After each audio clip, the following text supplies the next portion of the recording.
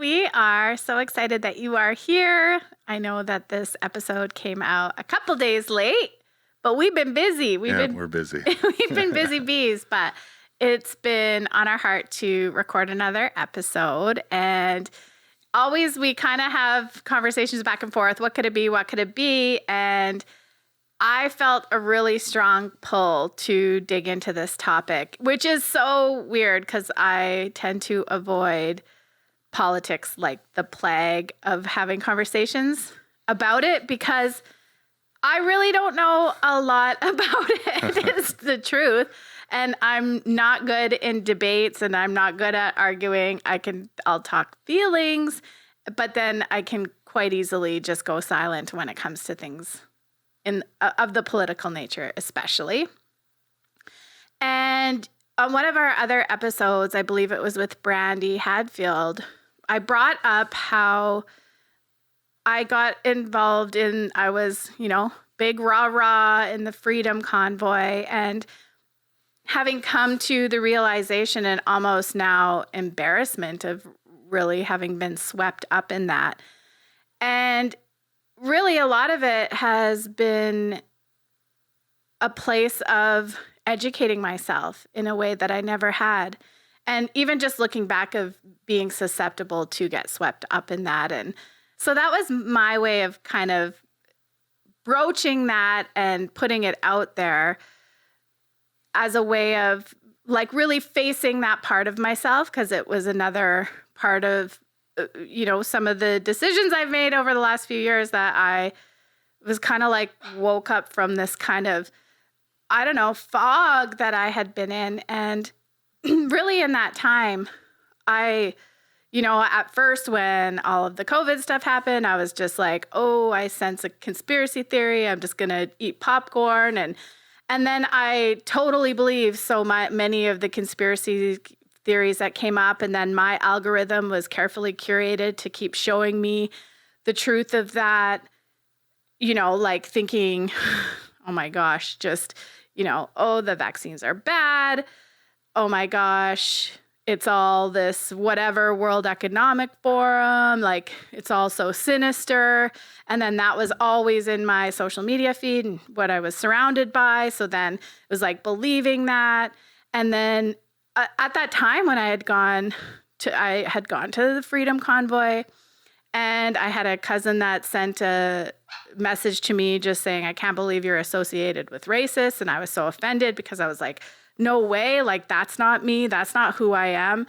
Like I was raised in a completely like accepting, non-judgmental, love everyone home. And that was to the core of me who I was. And that was also my exposure in all of my travels and in my time at the ashram. Is just like this acceptance of people on their own path.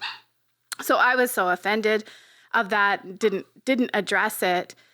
And also at that time too, it was part of the things that were in your feed. People say that people that are in the Freedom Convoy are racist. That's not true. So I was like, yeah, that's not true. And I was just believing everything that I was being fed without my own critical thinking coming online. And it was, a while before I'd met Terry even, that I was just like, oh, like something wasn't feeling right about that whole world. I didn't like how, against LGBTQ, that movement was becoming. And so I was pulling myself out of that and unplugging and just being like, I'm not.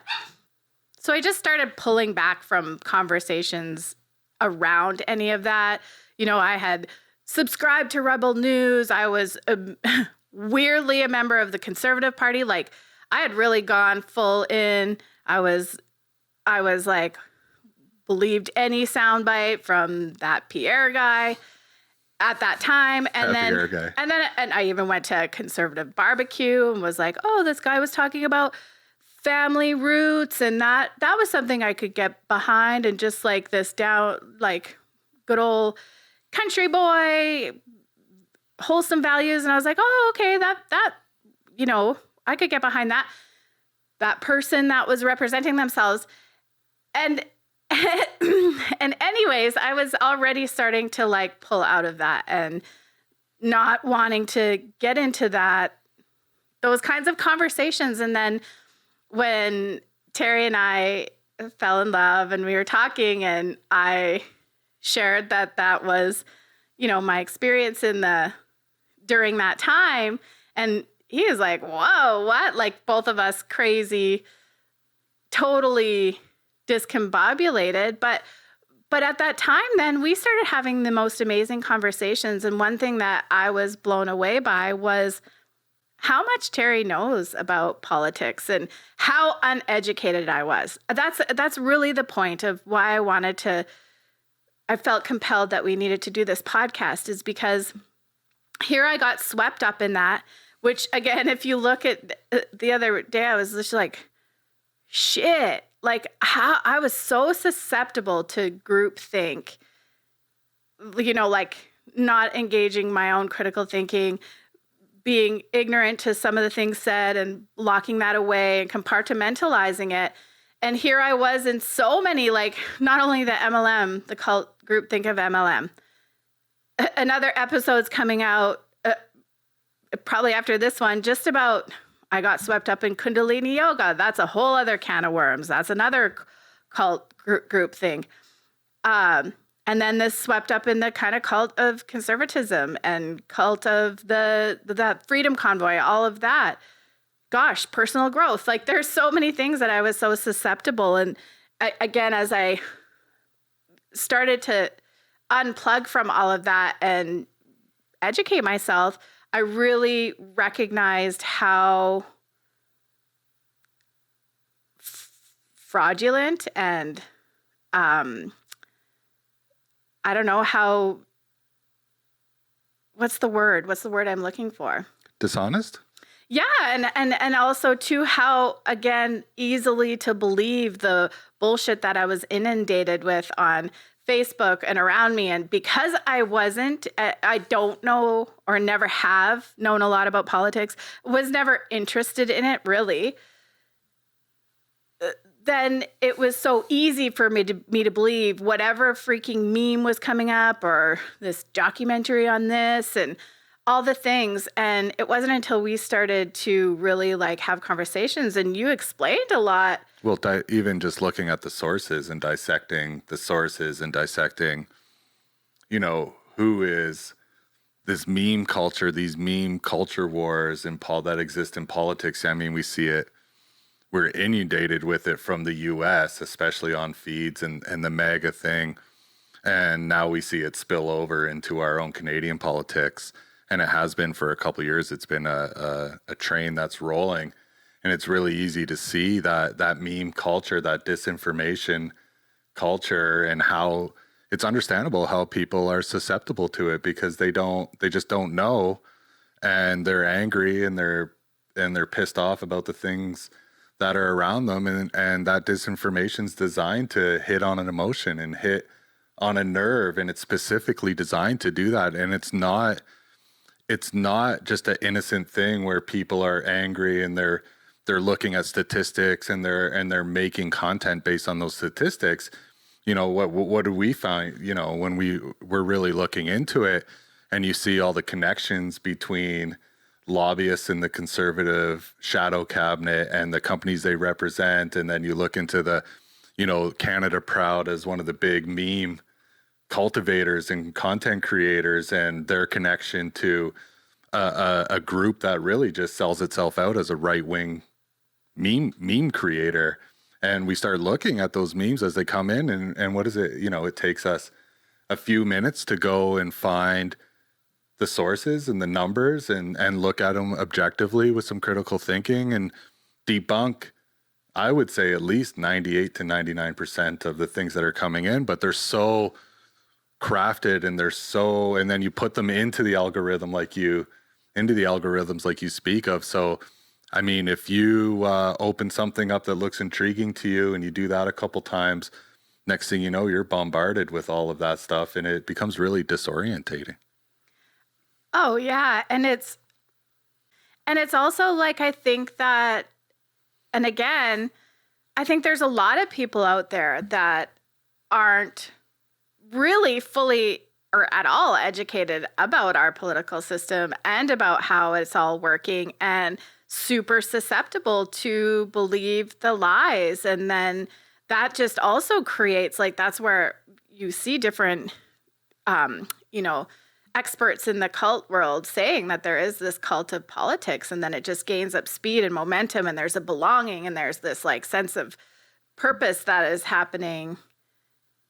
I mean, drive around Alberta and all you see is fuck Trudeau stickers everywhere you go. And it's this like solidarity thing. And I think there's a lot of people that really understand the depth and scope of it. But I think also there's a lot of people that are just on the bandwagon and not really understanding what they're representing. And that's really the purpose of this podcast, is just to shed some light, possibly activate another perspective for you to check out your own critical thinking and measure it in your own value system. And I think that's why, we had said originally when we created this podcast, we'll just stay away from politics, but it's such a conversation in our home, and our dedication is to truth, and our dedication to Love's Legacy is to share where we've come through and our shared values and the things that are present in our home. And this is like a daily thing where we're really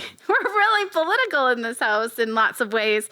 Again, I'm from I hear the information and feel it and like, gosh, that makes sense and that makes sense. And I'm disgusted with what I'm seeing on this other side that I once was a part of. That always makes me grimace and shake my head.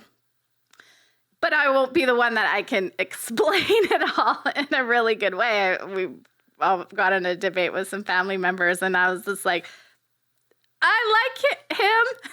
I don't like that. And also, it's all about, for me, it's like the humanness and the human rights piece that is really the most important, that I could go toe-to-toe with anyone on.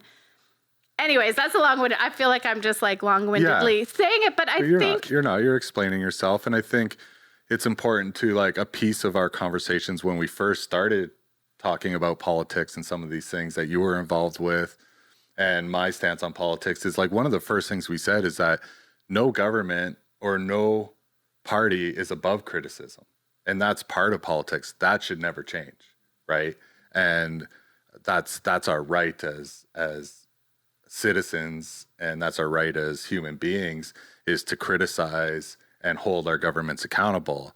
The problem that I have when it comes to these types of things is when we're trying to hold the wrong people accountable for the wrong things, and it's all in a designed effort to create this populist sentiment that, A is totally bad, B is totally righteous, that's the bottom line, and then, create a bunch of disinformation. I call it disinformation. It's not misinformation, because misinformation is something like, I will give the example of Sandy maybe sharing a meme that she's seen that she doesn't even understand, has no idea what it's really about. It comes from a right-wing, an uber right-wing kind of organization whose sole job is to do these things. Never looking into the validity of it, never looking into the source. They're hired by the party to create this type of divisive and fear and anger-inducing content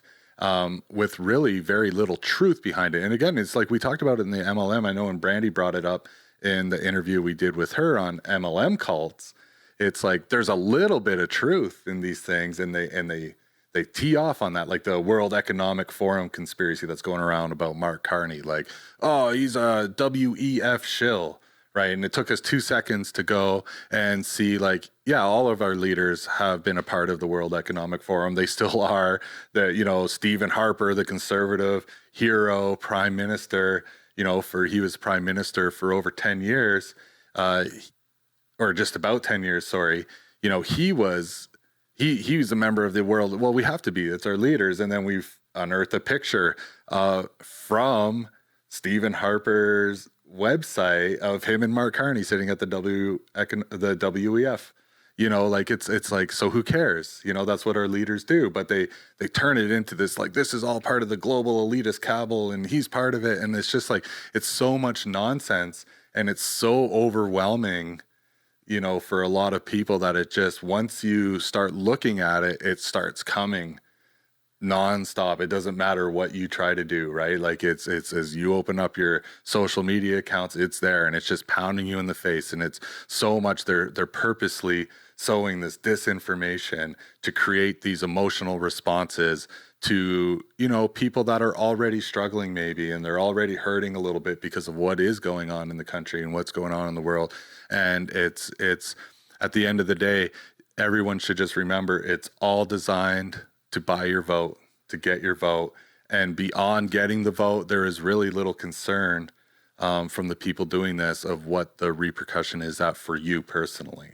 And if you have that in mind, it might allow you to kind of look at the things you're seeing and go and just have a look for yourself. Because one thing I'll say is the information is there. I mean, we talk about the big thing that comes up often, and it comes up from people we know, and it comes up online, is like all of a sudden Canada became this crime-filled cesspool, dystopian society, and it's all the liberals' fault. And if you believe what's coming from the far right and the maple MAGAs, and that we're living in this country that is just infested with crime and nobody's safe, and you just go and look at the statistics, and you can see it's just not true, and it's from statistics, and there's really no arguing it beyond that point, and those are the type of things that we've been doing in our household, as like, okay, this is coming up, what does it mean? Let's dissect it. Let's find the real information. Let's see viewpoints from all sides, which is getting harder. We'll talk about that as well, because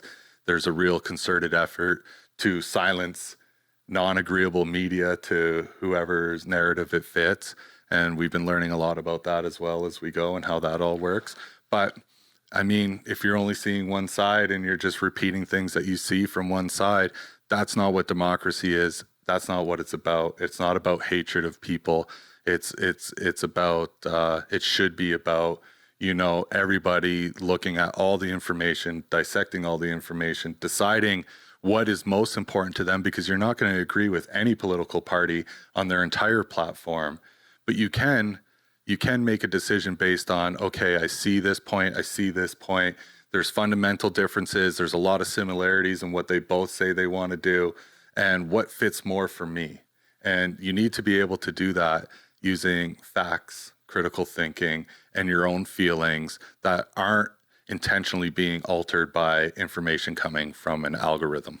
Yeah, and if you're not willing to do that, then that might be a thing to look at. Then why put your voice into a conversation if you're not willing to look at it? And that was really the biggest thing all along when I started really looking at my time in that. And like, you would ask a lot of questions to try and understand, like, how did you not know that? Or how did you not know this? And even just in conversations of you sharing, like, I remember like asking, well, isn't the oil thing a big thing? They would be all, Rachel Notley is the worst and she ruined everything. And then you shared with me about her platform and the things about the oil wells. Like, do you want to share that? Like, when you shared that to me, I'm like, oh my gosh, that makes a lot of sense. I had no idea. Like, there's so many things that we've gone into conversation is like, wow, I didn't know that. Nope, I didn't know that.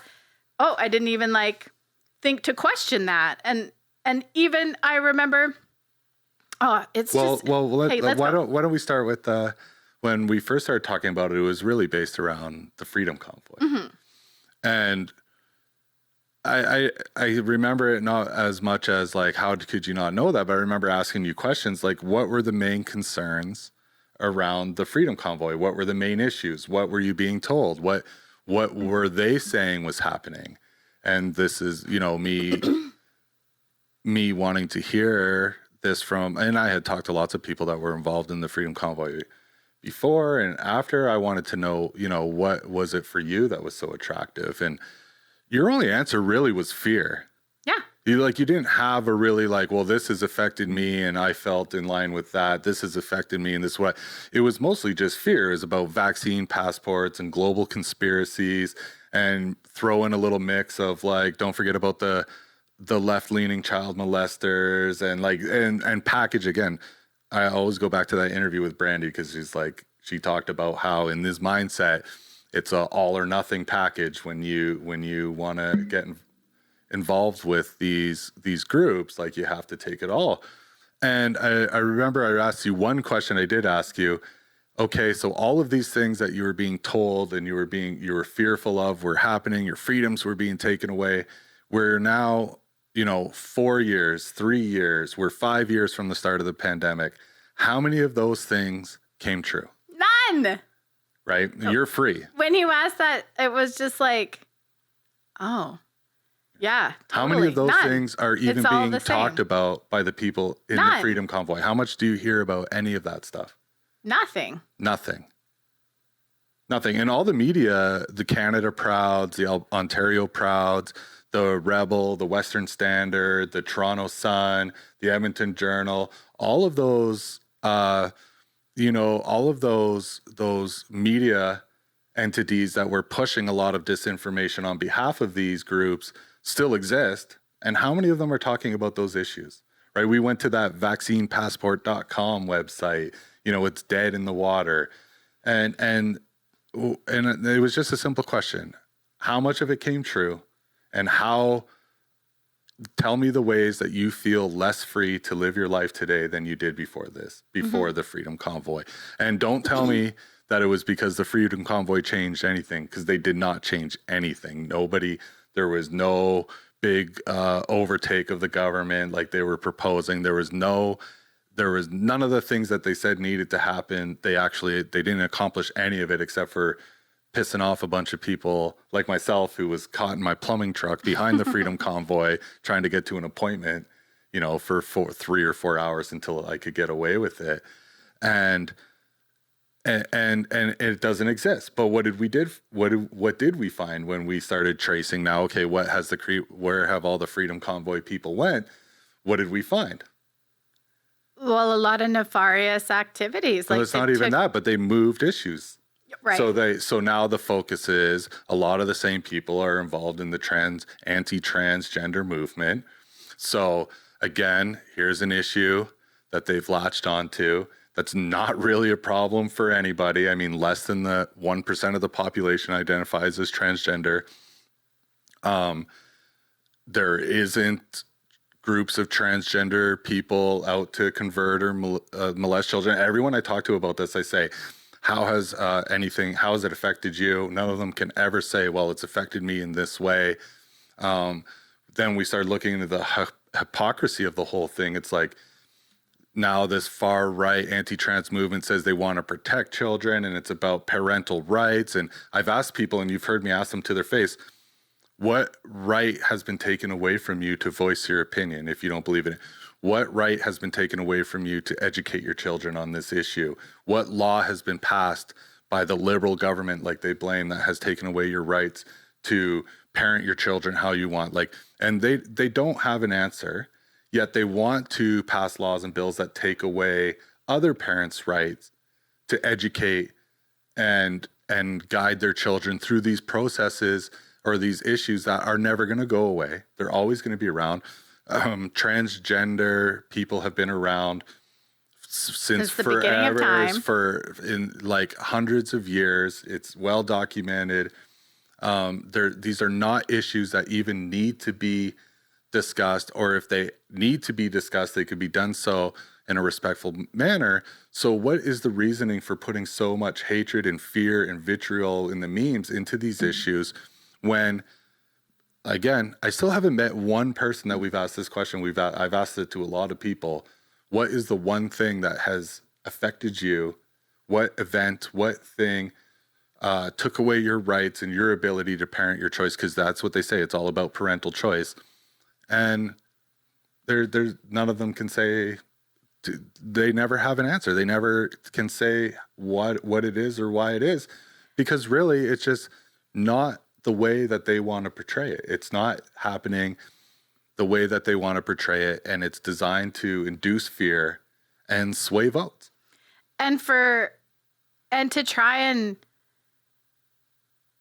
stop resources for kids that are struggling and needing to learn for themselves and explore for themselves. Like, that's the really sad part. Like, I know when I was a kid struggling with parents with divorce, I loved being able to go to the library and get a book about struggling with divorce. I know kids that, have faced their own sexual orientation, to be able to get resources to understand themselves and to explore for themselves is a really important part of how far we've come in society, to have that even available, for it to be okay for someone to be in our world and be, out of the norm and what they might have thought, to feel like a sense of belonging and acceptance now in society. And now that's in jeopardy. Well, I just, for me, it comes down to a lot of, there's this idea, and the one thing that we see a lot of and we hear a lot of, especially living in Alberta, is, not even just as it's moved on from trans and gay and lesbian people, even to just now it's being associated to anyone who's left wing. We've seen this a lot, support sexual assault and child molesting and things like that. So we went and digging through some statistics to find out, well, who is molesting children? There, who is, and what did we find? White men who identify as heterosexual. Yes. Are 97 to 99% of all people that are being charged or being arrested for molesting children. Like, again, look at the outrage of the right and the focus on this and the woke. Like, why is no one fucking outraged about all that the fucking Catholic Church has done? All the Boy Scouts. It's when put like that, it really makes you think and see how ridiculous it is, and ridiculous of the, it's the smoke and mirrors. Like, the Freedom Convoy was a great thing to get people all rallied together, and now, none of the things that they were fighting for came to be. So let's focus on this and incite outrage and stuff on something that doesn't even affect the majority of people that are outraged about it. Yeah, most of the people that we talk to that have such a strong opinion against trans people, when asked, they admit they never even have met one or have any interaction with one whatsoever. Yet they are so angry about things like story time, drag hour, the drag story time thing at the library, where, yeah, there is. Because that was pumped as like, this is what every kid's being forced to be a part of. Yes, that's what we were told. The over-sexualization of everything, and it wasn't that at all. Well, spoiler alert. Well, getting into the specifics, and people can believe what they want about whatever they want, but here is a fact that people can argue and they can't change, is there a drag story time hour that happens at libraries? Yes, there is an organization that does this, and they have it. Is anybody forced to go? No. Are people free to go and bring their children to the library for that, or decide not to? No, they are not. They are free to not bring them, and they're not forced to go. No one's forced to go. Is it anybody else's right to tell a parent how to raise their children? Well, you cannot say that nobody has the right to tell me how to raise my children, but I have the right to enact laws and pass bills and do things that will take away another parent's right just because I don't agree with that. So which one is it, and who's being the hypocrite, and who is really forcing? Being right wing is all about governments. Like, when I was growing up, being right wing meant government staying out of your life, not overreaching into lives, right? That was what it was supposed to be. Small government, they don't overreach, people make their own decisions, capitalism, yada, yada, yada, all that. But so how could you speak out of both sides of your mouth and say that you have a position to stand on? Yeah, it's wild. So that's just one of many examples where when you start looking in, and the big part of that is the lie. The lie, we seen a meme the other day that really said that child sex abuse is up 700% in Canada. It was a right-wing meme. It started from the Canada Proud media, kind of blitz that's happening on Facebook.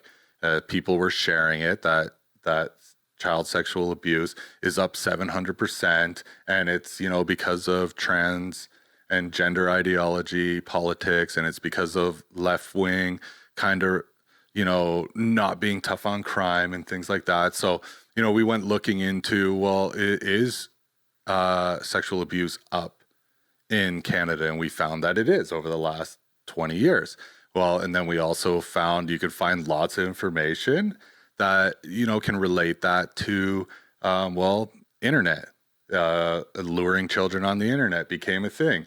Also, what we found was those statistics happen because a lot more people are getting arrested for those types of crimes than have ever been. And it's not because those crimes didn't exist before. It's not because, in the 60s and the 70s, people weren't molesting children or there wasn't child sex abuse.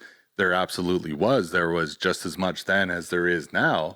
It's just now people are getting arrested and caught for it because with the advent of the internet and with that going on, there has been a real worldwide effort to come together to catch these people.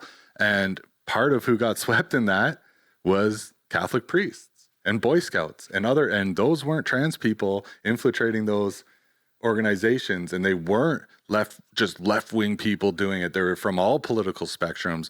But the fact of the matter is that most of the people being arrested for that crime are white males who identify as heterosexual. That's a fact. It can't be disputed. It's up for people to take that information and go and see for themselves. Well, and also they make it another kind of, I guess, tone of that whole piece around the woke is like, kids will just be allowed to go if they just decide one day that they're transgender. They could just go to the doctor and start the process without the parents having, any say or whatever. And it's so ridiculous. Like, again, the amount of therapy and time of coming to that decision and making permanent decisions, it's not a willy-nilly thing, right? It's not, and I'm not going to profess to be an expert on it, but like we have our own experience because my niece is transgender and has gone through all of that, and I can assure that the way that the right-wing meme patrol and the fear and the hate mongers that are out there would like you to believe how it all works. It's not how it works. In my experience, I know that. So that's all I can speak to on that. I can also speak to that my niece is a very intelligent, very loving, very kind, most amazing, self-aware person. Very smart and educated, and she's doing great things, going to university and getting involved in politics and speaking up in her community. Maybe we'll link that. So there's those things going on. As far as that's about my knowledge of the issue, and I wouldn't want to try to get too far into it. I just can say the things that I do know and what we have found when we've looked up facts. And I mean, that was tied into the dystopian crime world that we live in, where if you step out your door, apparently, according to Pierre Poilievre and the conservatives, that you're going to said the name right. That you're going to be mugged and shot and stabbed and you don't have a choice. And we look around, it's not like that. And the stats are, if you were around in 1998, the actual statistics is that you are much less likely to be a victim of violent crime and to be a victim of crime as a whole in Canada today, now, way more than you were in 1998, or way less than you were, I guess I should say, in the 90s, especially the 80s. Our murder rate right now, I think, is 1.86. It's up a little bit from where it was 10 years ago, where it was 1.66, but it's still far lower than its 1989 peak, I believe. You'd have to fact check me on the specific years, but of like 2.6, approaching 3. So the other side of that is I remember one time I said to you, you brought up the crime. You said, well, crime, right? One of the big things that you were being told about was the scary crime that's everywhere, and watch out, and everyone be scared, and we got to do something, and it's all the liberals' fault. And we had a conversation about how the world as a whole this is the safest time to exist as a human being in the entire history of the world. And it's just like, it's not disputable. You can go look it up. Then people's argument on that is to say, oh, well, you can't believe Statistics Canada because they're just a shill for the government, like Statistics Canada. And the website is just whatever the Liberals want you to believe. So we went and checked the Alberta website because, I mean, it's conservative. It's been conservative government since 2019. So, I mean, here we are 6 years later. They could put whatever stats they want if that was the truth, which isn't happening. And it said the exact same thing. Although crime is on the rise in some areas and for some things. And the reasoning for that, I mean, to say it's the Liberal government is so ridiculous. Most crime is on a provincial level. So it's up to the provinces to, you know, deal with a lot of crime things. Police forces, things like that are always funded at a provincial level and municipal level. Alberta doesn't have a like a provincial police. Ontario has a provincial police. So there's that. So there's all those things that aren't even related to the federal government, A, for one. B, you can look at the global economy and see how it's gone and see those same trends for almost every country. So there, where the debate could be is what is the reason for the crime, right? That could be the debate. Is it because, I mean, in Alberta especially, is it because when oil dropped to $14, $15 a barrel in 2014 and 70,000 people in the oil patch lost their job overnight when that happened? And that's when the trend starts trending back upwards after coming down for quite a few years, like the crime rate trends started going back up. Is it related to that? Well, that would be a good thing to look at, right? Like you see 70,000 people in a province of 2 million lose their job. I know myself living up near Grand Prairie, there was a direct correlation. This is before Justin Trudeau. This is before the Liberals. This was at the end of Stephen Harper's tenure as prime minister, so a conservative federal government. As soon as that oil price dropped, you started seeing more homeless people. You started hearing, you know, the reports of crime, things like that going up. So it's such a complex and issue with so many nuances. Just to say Justin Trudeau, Liberal government bad, get in our Conservatives and it will be much better. I mean, that's such a simplification of a really complex issue. And then when you look and see the memes and everything that associated with it and the fear inducing, the problem that I have is we can all agree that there's been an increase in crime across the country. Actually, it's been a decrease in property crimes for the most part, an uptick in violent crimes, which if you know anything or follow statistics, you also have to realize doing a 10-year period of something like a crime rate doesn't really tell you much.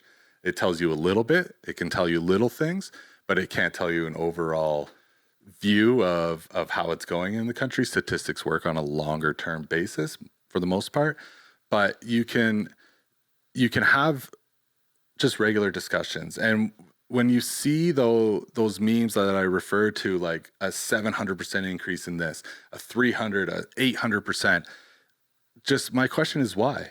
If it was a legitimate fear, and not saying crime isn't a legitimate issue, it is, it always is, and it's always going to be. But if it was really as bad and dystopian and violent and this Canada, like what do they say? Canada's a shithole now and all this stuff, as you say, then why lie? That's my question is just why lie about it? Why not just put the facts out there and then let everyone be informed on the reality of what is going on in our country and debate it that way and let people have informed decision? And the only answer I could ever think of to that question is because there's groups of people that don't want you to make an informed decision. And what they want to do is target people like Sandy and the people that were around her that are very uninformed, that we've talked to, that just, they can't even tell you how a bill is brought into, you know, play in Canada and how it gets passed and the process for it. They can't tell you much about the different levels of government. They can't even really tell you about the issues that they're talking about, but they can regurgitate memes. And that's really what it seems to be. Is that's what I see actually when people talk about the political shithole that our country is. The only thing I think of that is an actual political shithole, because I love Canada. I think it's a great place to live, and a lot of people actually agree with that. And it's not the dystopian shithole Orwellian nightmare that the Freedom Convoy was really instrumental in trying to convince people it is. And I do want to talk about all the issues, and I do want to just get rid of the meme culture and talk about facts. And I think there is people that are fighting for that. And I hope that they continue to fight for that. And I think in our house specifically, in our village, that's how we're going to be educating our children. And why we felt, it important to bring it here because, again, having a perspective shift and taking a moment to hear things in a different way. And maybe hopefully we've built enough trust with you over the course of these last, episodes of you knowing who we are in our hearts and how we show up, that maybe it will land in yours in a way that you can maybe think in a different way that might shift something for you. It's not the goal. I would say that anyone who just listened to like my really extended rant maybe there, or is listening to this podcast, is don't fucking believe a word I say.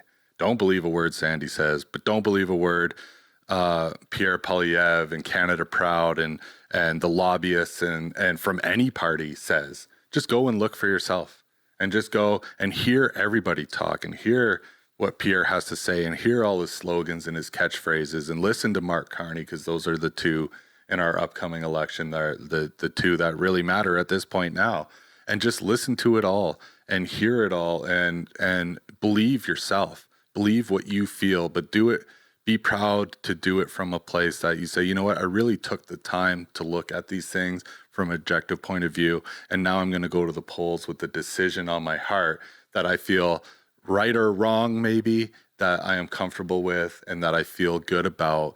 And that I know that came from a place of me caring enough, not just to hit the share button on Facebook all the time, but to actually go out, hear what's going on, see what's going on, use my own eyes, and dissect things using our capabilities to be able to do that. Because we're another thing that I really, really disagree with on the right is when they do this campaign of lies and disinformation. I'm sorry, but in my opinion, what they're really telling me is that you guys are all too dumb to figure it out. And what we see happening, Canadians were in an uproar about Donald Trump when, really everything he said he was going to do, he did. And it's turning the U.S. into a shithole. And for real, like, and you can see it happening in real time, and veterans are complaining. There's all sorts of issues and everyone's in an uproar. And it's really because they treat people like they're dumb, and as a whole, as a society, we're letting that happen, and it's time to stop. Get rid of the liars, get rid of the memes. That said, my biggest thing, I've never been a Liberal Party or a Conservative member. A Conservative Party member. I've never been a Liberal Party member. I've never voted for either of them. And I've always held this and maintained belief that all politicians lie. And that's one thing that you can take to the bank. But don't try and tell me that, I like this Pierre Poilievre is honest and he just wants to work for you and put money back in your pocket, because that ain't true.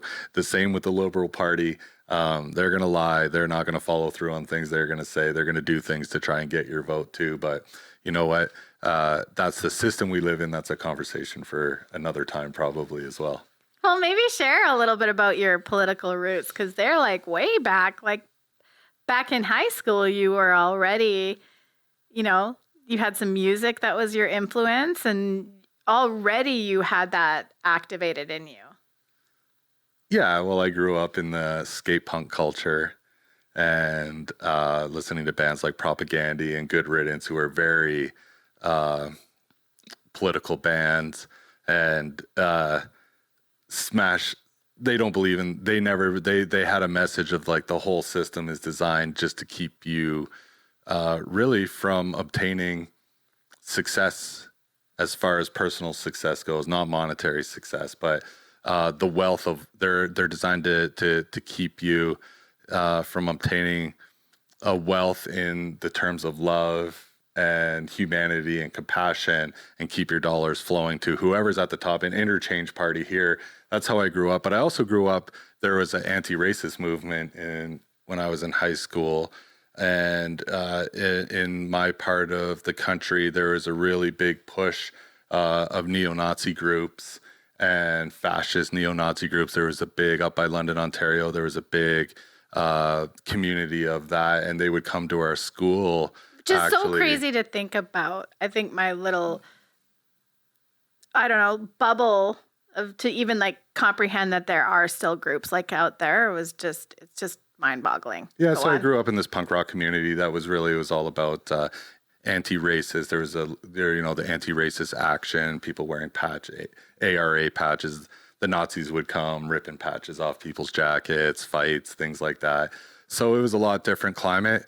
A lot of people, and I won't even claim to put myself in that group, because as I got older and started working the oil patch, like that kind of political activism side was really dulled down. And I wasn't participatory in a lot of like the way that I was maybe when I was a bit younger in a lot of things. But a lot of people worked really hard for a lot of years to make sure that type of hatred wasn't allowed to be spread to children, because, I mean, you can say what you want, but, hatred has no place and racism has no place in our society whatsoever. And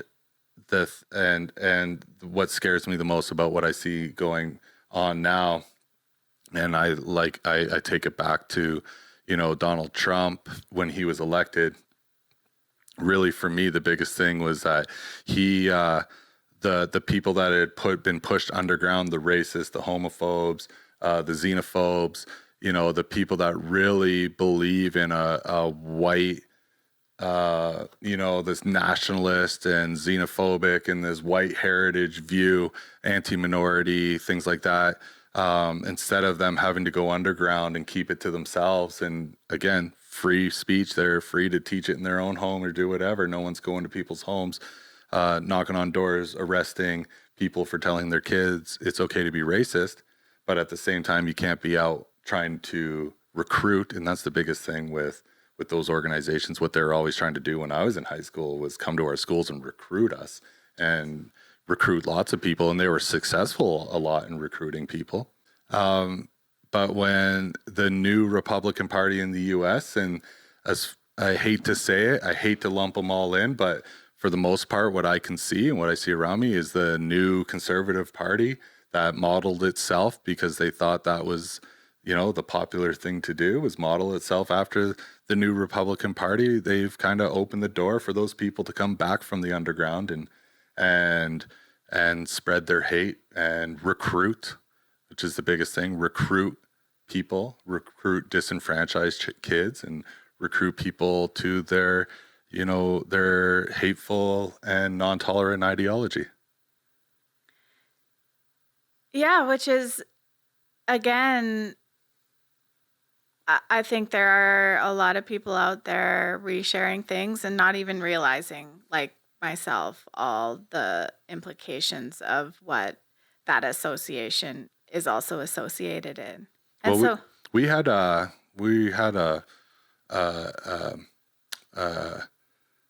Pierre Poilievre supporter, like rah Pierre, tell us that part of the problem in Canada is the Muslims coming and wanting to murder and kill all Canadians. Sad. Right to our face, she said that. Asked the question, well, how many Canadians have been murdered by Muslims, like these illegal or legal Muslim immigrants? How many of them have murdered Canadians? Like, where, there's no answer. It's really sad. They don't know. We could also say, there was a shooting at a mosque in Quebec that was done by an extreme right-wing ideologist, that went into a mosque and shot Muslims. So who does most of the murdering in Canada? Well, people's partners and people that are known to each other, right? If you listen to Pierre Poilievre on the news or on the Facebook memes in the Conservative Party, they would tell you and have you believe that there's just random people running around the street, on the streets committing violent crimes and murdering people. But victim, you're more likely to be a victim of a violent crime in your own home or from people that are associated. That has really always been the case in Canada and in most of the world. And that will never change, and that will never cease to be the case, because that's just really humanity as a whole. So it's really interesting when you look at it. Now, I remember I was thinking that I was doing some digging on Statistics Canada, finding out the numbers. There has been some random, attacks at LRT stations, things like that. I went and looked, how often has that happened? It is higher now, which is interesting, than it was before. But they're really like handfuls of incidents in the overall scope and spectrum of violent crime in Canada. So it's just another way that take a little bit of truth, because that's the best way to convince and manipulate people, is sprinkle a little bit of truth, then make a grand lie that seems so grand, it's so believable, and then go from there. And then when you really work hard to discredit the media, right, and discredit, like, everyone knows, everyone's going to listen, is going to be familiar with the mainstream media is this, this, they want you to believe that, they just want you to believe that. And you look and you see what that is designed to do, discredit the media so that people that follow you will only believe sources from one side, no matter what is being presented. I mean, you're well on your way to creating a cult that will just eat out of your hand for anything. And to me, that's a scarier place to live than it is to a place where, all media can be accepted and everyone can use their own critical thinking to read opinions in the newspaper and read different journalists and see different points of view and then decide from themselves, removing the hatred and the bigotry and the weird stuff and the untrue stuff from it, and make decisions for yourself. Well, yeah, that was it. Another thing is like this big thing in the media and the rebel, these other outlets. And actually, we read a story that was in, where was it? Like in Rebel News or something, and it totally sensationalized the crime rates, but boldly distorting them and focusing them when that wasn't even the actual stat. So it's like, again, and then also too, you just shared so many of the news networks now and newspapers and stuff are bought by an American company called Sun Media, and they're not even, so all this like vitriol. Well, Sun Media was a Canadian company bought by American interests. Yeah.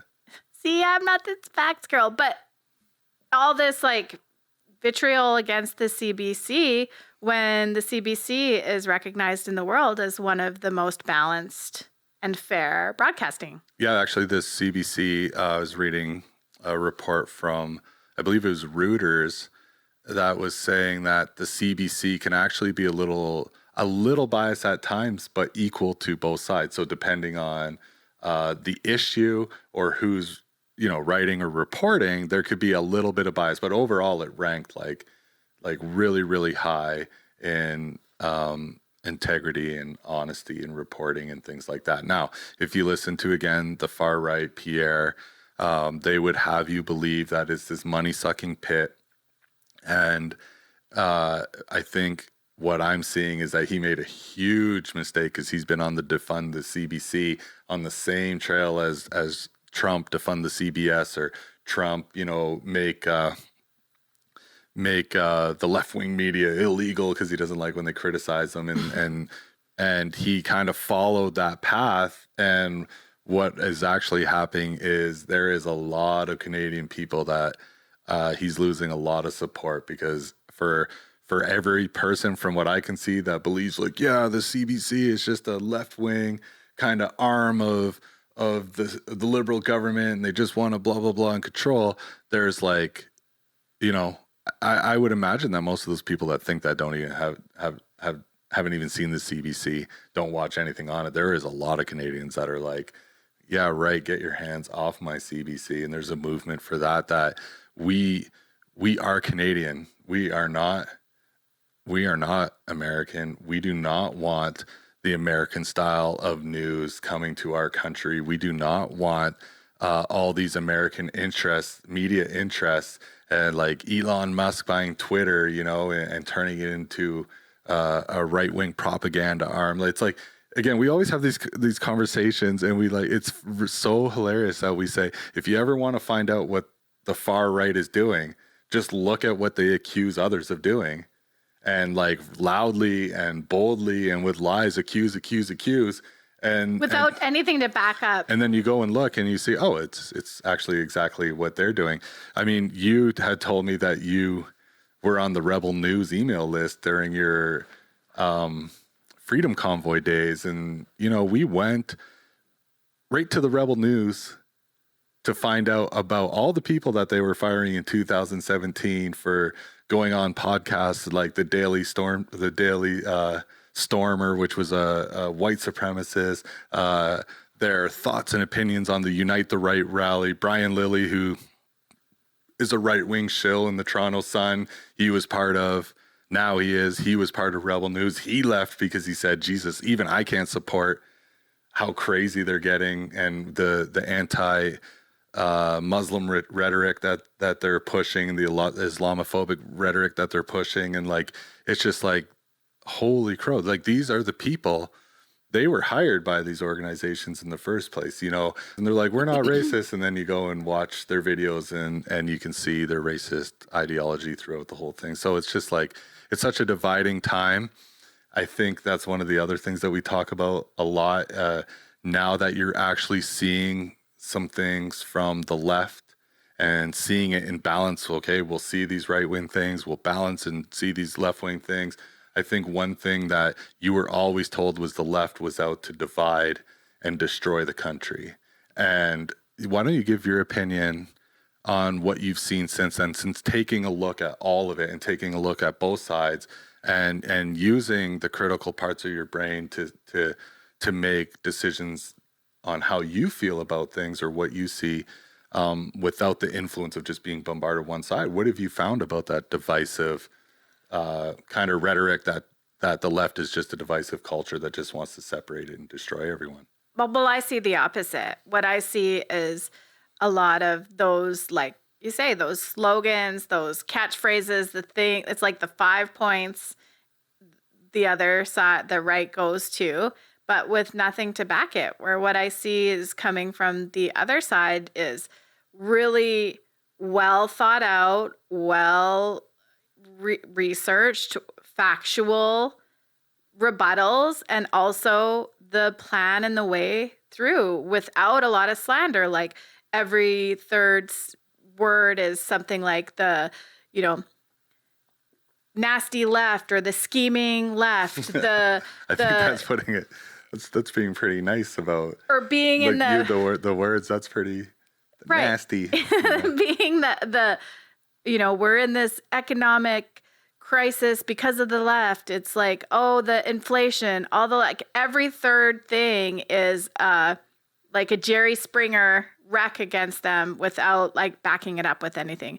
Whereas, so many of the articles and the different things that I've read that you've shared with me are just like really grounded, really balanced, and really matter of fact without the need to do that to that other side. Like, it's just like, oh, well, here's how it is. So, and the whole undertone of it being about human rights and being about a balanced perspective, being for Canada. And that feels way better to me because that aligns with my values and always has. Yeah, the scary thing about that is the left isn't, and you see this in the United States, isn't as well versed in fear and mirrors, smoke and mirrors. Smoke and fears. That's what we call it, the smoke and fears, populism, and the divide and lie kind of strategies that are appealing to people who are undereducated when it comes to what's going on in their own neighborhoods, let alone country. Because, I mean, we could talk about all the country issues federally, and then when you get into the provincial stuff, it's even more mind-blowing because it's right in the backyard. And it really, people have a right to be upset about rising housing, unaffordable housing, and they have a right to be upset about things like how much it costs for groceries, right? And I was having this discussion with someone on the right the other day, my friend from Ontario, and he was talking about the groceries, and I was like, well, he wasn't aware if there's things like, well, one of Pierre's shadow cabinet ministers, so they're called the shadow cabinet because they're not in government, right? So it owns his own lobbying firm and represents Loblaws as a lobby for the government. Like, so when you look at that, and then we talked more and we started digging deeper into all of the lobbyists, guys, people and women, his campaign manager, Jenny Byrne, she owns her own lobbying firm. Stephen Harper, the former prime minister, who is really Pierre worked under for so long, owns his own lobbying. And if you look at the companies that they're representing things like Loblaws. Well, when I go to buy groceries, I don't buy groceries from the Canadian government. I buy groceries. Actually, I think Loblaws is who we use. That's our. Yeesh, but hold it, the point I'm trying to make is that why are we going after, why aren't we directing the anger to who it's deservedly supposed to be at? I mean, Loblaws through COVID, the pandemic, and after is posting record profits, billions of dollars. I mean, I'm sure they could afford to shave $20 off a roast or a few bucks off some steaks and other things that people need. How is that, and who is lobbying on behalf of companies like this that are making record profits? It's both sides are actually, right? And you have to find out. But again, the point is like, oh, the liberals are to blame for the rising cost of groceries. Well, if a company is making billions of dollars in profits and they have a representative who is a sitting MP in the House of Commons whose company is also a lobbying firm for that grocery store, maybe we need to start looking as a whole, as a system, regardless of party. If you're that mad, maybe we need to look at the entire system to figure out how that can be, and start directing that anger instead of fighting and calling each other names and spreading hateful memes and these issues of transgender that really are not affecting anybody on any serious level, and let people be who they are and and work on the things that are really going to help and stop placing blame where it shouldn't be just for votes, and start, using our brains and using what we're best at as Canadians, which is coming together to stand up for our country and stand up for our people, and let's have a movement that says, we're tired of all this party politics and our two choices, which is really all you get right now. Let's talk about and let's start working on the things that we can work on that will actually change it for good. Yeah, totally. I think that's one other thing I would add when you ask me that question is,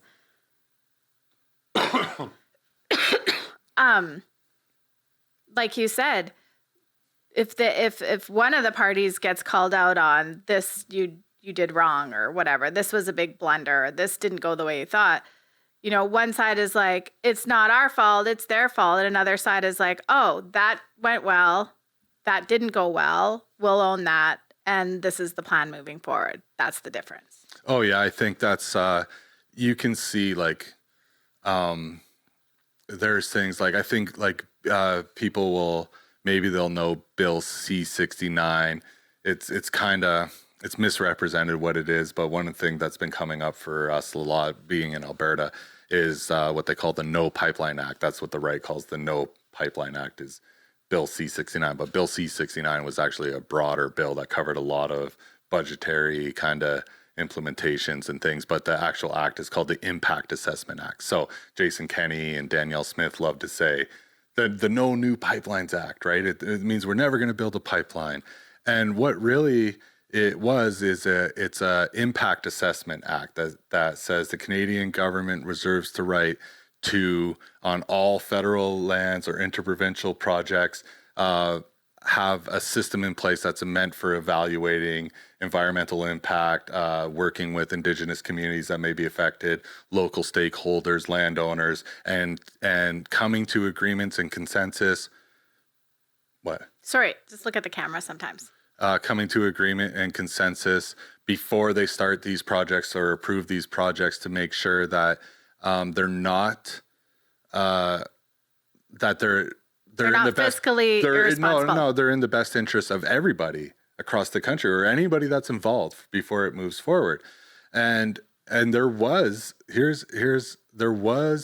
when it first came out, a lot of people, especially conservatives and even some left liberals and left people, said it was overreaching, that the bill was too broad and gave too much government control over things that should be provincial controlled. And it ended up going through a process. And I know there was a lawsuit on behalf of the Alberta government over the bill. And anyway, it went through. Supreme Court came back, said 5-2. This is overreaching by the government. There's parts of it that they would consider unconstitutional. 3 or 5 of the said unconstitutional. 2 said it wasn't. But the point is the Liberal government took it and said, okay, we heard the Supreme Court's decision. We are now going to amend the act and then we'll try again. And they did. And then they ended up passing it. It took royal assent. Now it is part of the act. It is not the No Pipeline Act. They've actually had tons of project approvals, Cedar LNG under this act. There's so many, there's billions of dollars of projects that you can go and look that are happening under this act. And the biggest thing is these projects now are going to be able to start and be completed. Old pipelines, old projects where, the Alberta government or people like Danielle Smith, if she had her own way, would just ram them down everybody's throats, whether they want them or not. And just disregard what the people of our country say, let alone the people of her province want. Remember, Alberta's 2 million people. The rest of the country, there's a lot more people in this country than just in Alberta. They should have an equal say too. And these projects would get tied up with lawsuits for years, right? You're talking tied up in courts and different environmentalist groups and Indigenous groups and all fighting each other, lawsuits. Eventually, the investing companies would say this is too much. They'd pull out, leave the project abandoned, nobody wins. So but we see all the time, they hate Albertans, Bill C-69, the No Pipeline Act, that's just, the Alberta Conservative Party, Danielle Smith, and of course some oil and gas companies also who, geez, I wonder why they would want to be able to just ram pipelines and projects through wherever they want. Appealing to potential voters' emotions down the road. And really, you look at what's going on with our LNG. Hope that they stay ignorant and don't look into it too much. You got in BC, Believe you got Kitimat LNG, Cedar LNG, all these huge projects. Trans Mountain, the federal government bought the Trans Mountain expansion from Kinder Morgan with the help of Rachel Notley, by the way, go Rachel. And they got it done, and now they're flowing an extra 600,000 barrels a day to the coast. They'll say things like there's an oil tanker ban and Justin Trudeau won't let tankers fill up. There's tankers filling up every day. The LNG is all going to be tanker fueled. They're going to now expanding where they can go. Like, it's just not true. Is it perfect? No. Can it be improved upon? Yes. Can wait times for approval, be lower so that they can meet the targets that they set? Yes, as with anything. And it can be worked on, it can be improved. But does that mean it's just the No Pipelines Act and we should all just blindly believe that the rest of Canada just wants to stick it to Alberta and for no reason? Like, it's just such horse shit. And you can't. We're going into it now. This is, again, we're like almost an hour. I think this is going to be like a 2, possibly 3-parter, because what I really wanted to get into, we could get into next, is kind of go through the list of the catchphrases and then the facts and the other side of it. So we can all go a little bit to politics school, because I know I'm not the only one that actually didn't really know much of any of it. And when you hear and you understand it or learn learn it becomes so clear. It's like, again, fog lifts, you see it as like, oh, well, shit. That makes a lot of sense. And so are you saying you want to grill me on, is this what, yeah, I kind of want to like this, beatbox and go through some of this this what stuff. that list is that you have on the table here? Oh, I mean, again, my darling. Well, we've covered a lot of My things that you darling, have on that list, right? So there's some things that we need to go a little deeper, I think. I mean, Terry will read a manual cover to cover. Was the other night, I was like, what are you doing? Oh, I just like reading this bill that's 300-page bill, or he'll go to the source and not just believe. He doesn't believe either side until you go and do your digging and find out what the facts are, and then you make your decision based on that. And I totally respect that, because I will never read a bill.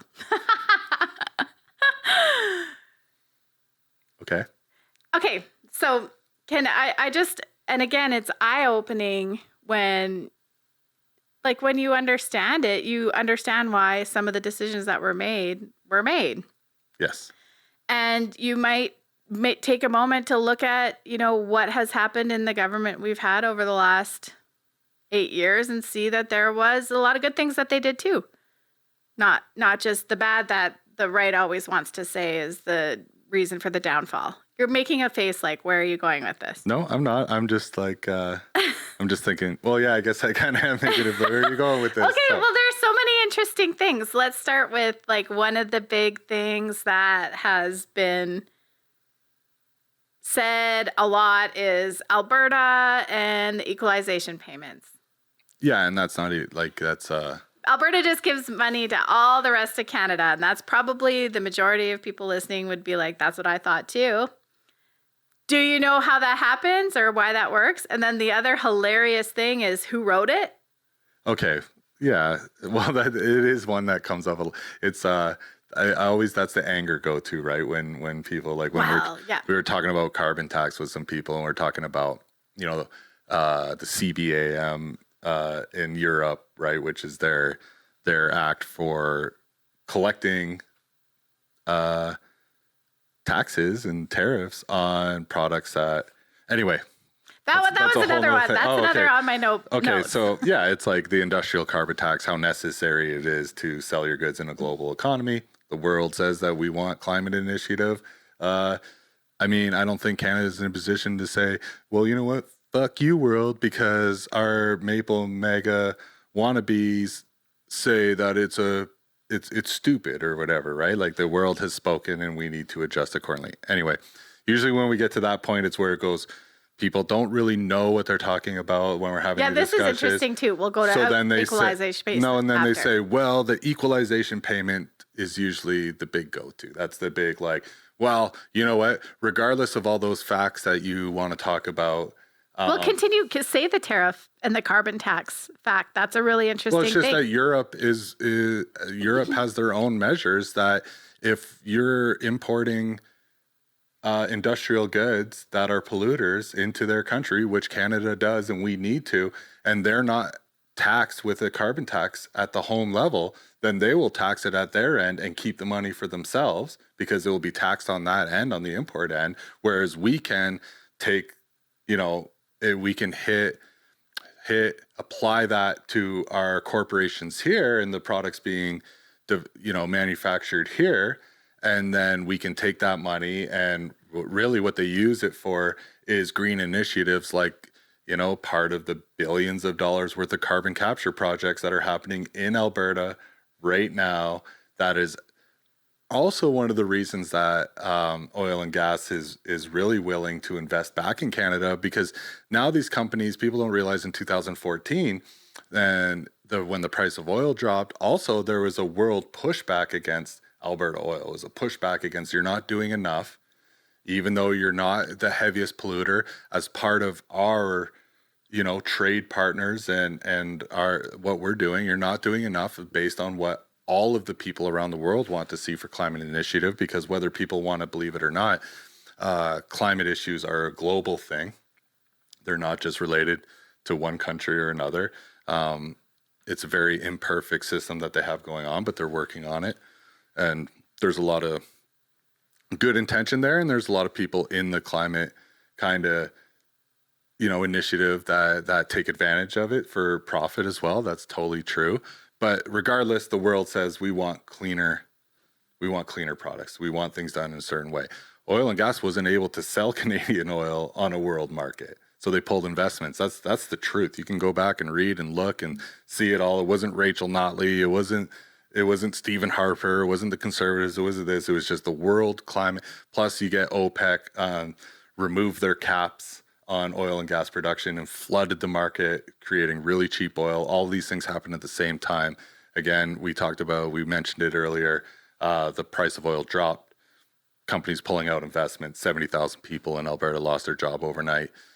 Long story long, I guess I would say, is now we're able to get that investment because we're using carbon capture technology and using carbon capture and building these projects that are being funded in part by the federal government along with private investment, using credits, tax credits that are made possible by carbon taxes, industrial carbon taxes. Not only are we doing that with them, but it is needed to be able to sell and export our goods on a global market, which also benefits Canadians in our economy. So that's a really easy one to look at when people say eliminate all of that. Okay, great, you eliminated it all. I mean, when it came to the consumer carbon tax, I mean, you sure got a lot of money back in rebates, as I'm sure most people did listening to this. Did it make things higher at the front end? Yes. Now, I would challenge anybody to sit down, because I've done this with our own, and over the last year, add up what you spent extra in your carbon and add up what you got back as rebates. And a lot of people have been doing this in response to how carbon tax is so bad. And really what it comes down to is the people, wealthier people, use more, bigger vehicles, bigger houses, all that stuff. They pay a little bit more, so they pay a little bit out of pocket. And the majority of people, middle class and lower, ended up getting a little bit extra back. And what's wrong with that? Mm-hmm. I don't have a problem with it. I mean, if I was making $200,000 a year, I'd gladly share what I could with people who need it more, especially hardworking people, which don't believe the hype that there is a lot of really, really, really hardworking people that are making just around the poverty or just above the poverty line trying to make ends meet. So that all being said, usually by the time we get through that conversation and they go, what is the CBAM? What is this European tariff that you're talking about? Right. They don't know. Where they get to is to the point of like, okay, well, I don't know what you're talking about that. All I know is that carbon tax bad, ooga booga. And we'll link. Yeah. We'll put it up on the thing so people can read for themselves. The next part is equalization payments. Well, you know what? Besides all of that stuff that I'm kind of realizing as we talk, I'm sensationalizing, and making whatever it is. Well, that's kind of what I wanted to do is beatbox the things that are said and then, yeah. So then it goes usually right from that conversation to, well, I'm super pissed off about the equalization. Canada or Alberta just pays the rest of the country to sit on their ass and do nothing while we're all working hard here. And then that, my next question, usually my response to that is, really gentle, he's really good at asking questions. Well, you are, because you get passionate but not heated about it. I ask always is, do you know how the transfer program works and the three branches of the transfer program and how they work and how this number of 60 billion a year Alberta sits down and writes the check to Quebec is what they say usually. Well, we just sit down and write a check to Quebec and Ontario, which isn't true. And do you know where the money comes from in the transfer, the transfer program? And none of them ever do, ever. I didn't. So, probably you listening. Do you know?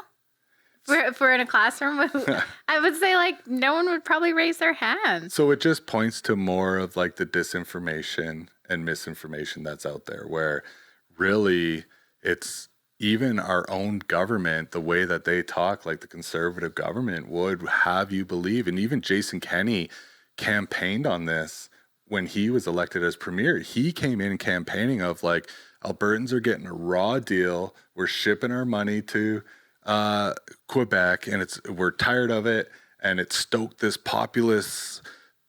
Like, yeah, you know what? We want our fucking money back. Let's take it back. And that was Drum part roll. of that was part of the thing. And he was the last time that the transfer program was formulated. It was him under Stephen Harper that did the formulation and came up with the new system. And if you'll see in the federal elections, you don't believe me, just look in the federal elections right now, in the federal election, Pierre, who says the government's so bad and he's so in love and everybody in Alberta wants Pierre, why isn't he talking about overhauling the transfer program? Because even they know that it's a fair program. Mm-hmm. And they know that it's an issue that's a non-issue, and that if they actually if he was going to run on the issue of overhauling that the transfers and the equalization, they would have to educate all the Western Canada believers in the myth of it on how it actually works, and people would probably be like, oh, I didn't know it worked that way. So here's how it works. I think you should explain it. I think it's important. So in the transfer program that they talk about, it's not even an equalization program. It's called the transfer. There's three branches. There's the Canada Health Transfer is one. The Canada Social Transfer is two. And then the equalization transfer is only the third. What people don't understand mostly that I've talked to, I'm not saying not all people, I know there's lots of people that know about this, but those are the ones that don't seem to have an issue with it, when they know.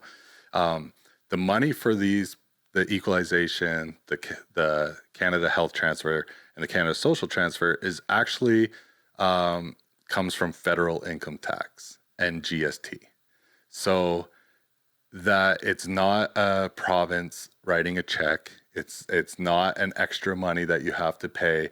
It's based on income tax rates. So a man from Alberta at whatever income tax bracket he's in pays just as much as a man from Quebec in that same tax bracket and federal taxes into this transfer program. So it's a Canadian federal program. Everybody all across the country is paying the same rate, the GST. Now, here's where it gets mucky, and this is where they really like to play on the part truth, right? We talk about that. The people that are deceitful will use part truths. Do Albertans as a whole pay more into that program than any other province? Yes. And the reason for that is because they make more money. So even though they pay the same tax rate, but they make more money. So yes, by the nature of that alone, more money from Albertans goes into that per capita, per person, let's say. And so from there, the Canada Health Transfer is paid to every single province, even Alberta. So part of that money comes back. That is the portion, that is the benefit of our universal health care. The federal government collects those federal income taxes, collects the GST and all goods and service, whatever allocation of all of that goes towards the transfer program. Now every province gets an equal share based per capita. So it's population based. But the rate is per capita. So that is true for the Canada Health Transfer and the Canada Social Transfer. Then there's the third arm of the program, which is the equalization, which is just one out of the three that everybody's always so up in arms. The whole thing's labeled equalization. It all still comes from that same pool that was gathered from federal income taxes and was gathered from GST that we pay on all goods and services. And now it goes to provinces that have below the Canadian average. It's either median or average, I'd have to double check, of GDP are eligible for equalization payments. And the ones that are above that average GDP, Alberta, Saskatchewan, BC, I think right now are those provinces. And I think Ontario this year actually fell into the other one. Quebec is there, but it changes year to year. Don't receive that equalization payment. payment transfer, I guess. Because the idea is that all the resources are Canadian. All the resources are, it's about quality of life, equality across all provinces. So that's why it exists in the first place. So it's a way for, actually, if you wanted to look at it, it's a way for a resource-rich province who receives a lot of help from the federal government as well. If we look in, you just go back to what we just talked about. Federal government stepped in, built Trans Mountain, or bought the Trans Mountain pipeline expansion, right? When Kinder Morgan, and they got that built for Albertans, really, and for all of Canada. So you have two choices, Albertan. You could say, well, fuck that.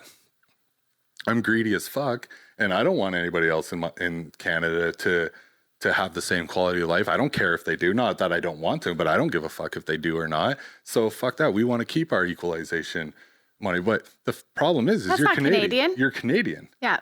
And it's part of the federal tax pool. It has nothing to do with your province whatsoever, except for the fact that you could be proud that, hey, in Alberta, we have lots of resources. There's a healthy amount of jobs. And if ever the time comes where Alberta's GDP would be to drop below the average of all the provinces of the country, then that equalization payment would come to Alberta as well. And be, we can be happy. We can be proud as a province. We live in Alberta, that we don't need it. And we can also be proud to help other Canadians. To help the other provinces as well, maintain a quality of life. And maybe a lot of that money goes out east to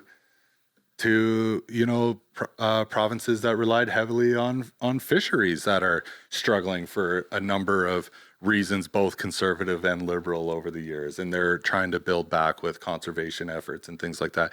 So there's a choice to be made there. You can know the facts and know why that program exists, and you can look at it and decide. And if you decide, you know what, fuck that, I don't care about the other provinces, keep our money here, great. Then I don't even know how that would work, because it comes from the federal income tax. Or you can be a Canadian and care about your fellow Canadians and look at that. Now, I do want to talk about one part of it, because there is the part where they say there's anywhere from, depending on who you listen to and what their agenda is, a $20 billion to $60 billion discrepancy from what Alberta pays than any other province. And closer to the 20 billion mark, that is absolutely true. But there's a good reason for it, because again, it's federal income tax. Alberta also has, and the youngest population in Canada. So this is how the right and Danielle Smith want to manipulate you. The reason where they come up with that $20 billion number. So I guess you could say it's true, but it's not really true, because we just don't get as much back in terms of CPP. Right? We have the youngest population, so there's not a lot of pensioners. I shouldn't say not a lot, but there's way less in Alberta because it has the youngest population in the country, right? So not as much money comes back as compared to Quebec, which has a real aging population. But the people that are getting CPP are also the people that paid into CPP. Now, you're going to hear this a lot because Danielle Smith wants to remove Alberta from the CPP. It's a ploy and a tactic. So bear with me, because everything is rated per capita on the Canada Health transfer and the Canada Social transfer. We just don't get as much back as the other provinces that have a higher population. So that's where, because we have a young population that makes a lot more money in wages and by nature pays more federal income tax because they're making more money at the same rate, let's be clear, that ends up having that discrepancy between what goes out in federal tax and what comes back in those benefits that are part of that whole program. Now, a good politician took that and said, see, we're hemorrhaging $20 billion every year. And ever since then, people believe that it's because Danielle Smith or whoever is in power has to sit down at a table and say, dear Canada, here is our $20 billion and send off the check. And it's just a lie. It's not true. Hopefully now, if you're listening to this and you didn't know, if you stuck with us, if you didn't know that's how the transfer program works, it might you can go and look for yourself and figure it out and find out, you know what, right or wrong or different from me or different from how Sandy feels about it or what we'd want to do. I don't think there is a right or wrong. If you know that information, you want to make a decision. Oh, I like that system. I support it, or I don't like that system. Maybe there could be something better. That's great. That would be awesome. It's just knowing, okay, I'll be the other like voices that you get inundated with, or you've got. The other one is like, oh, Rachel Notley wrecked everything and we're still paying, or Justin Trudeau ruined everything and it's all his fault. Like, what would you say to that? And the actual facts of actually all the really good things that Rachel Notley did do. Well, I mean, do you want me to go there? I'm just saying like that we could, these are hours of conversations, because if you're going to go through what she did do right, you'd have to go through what she did do wrong as well, which is they are both many, you know, like but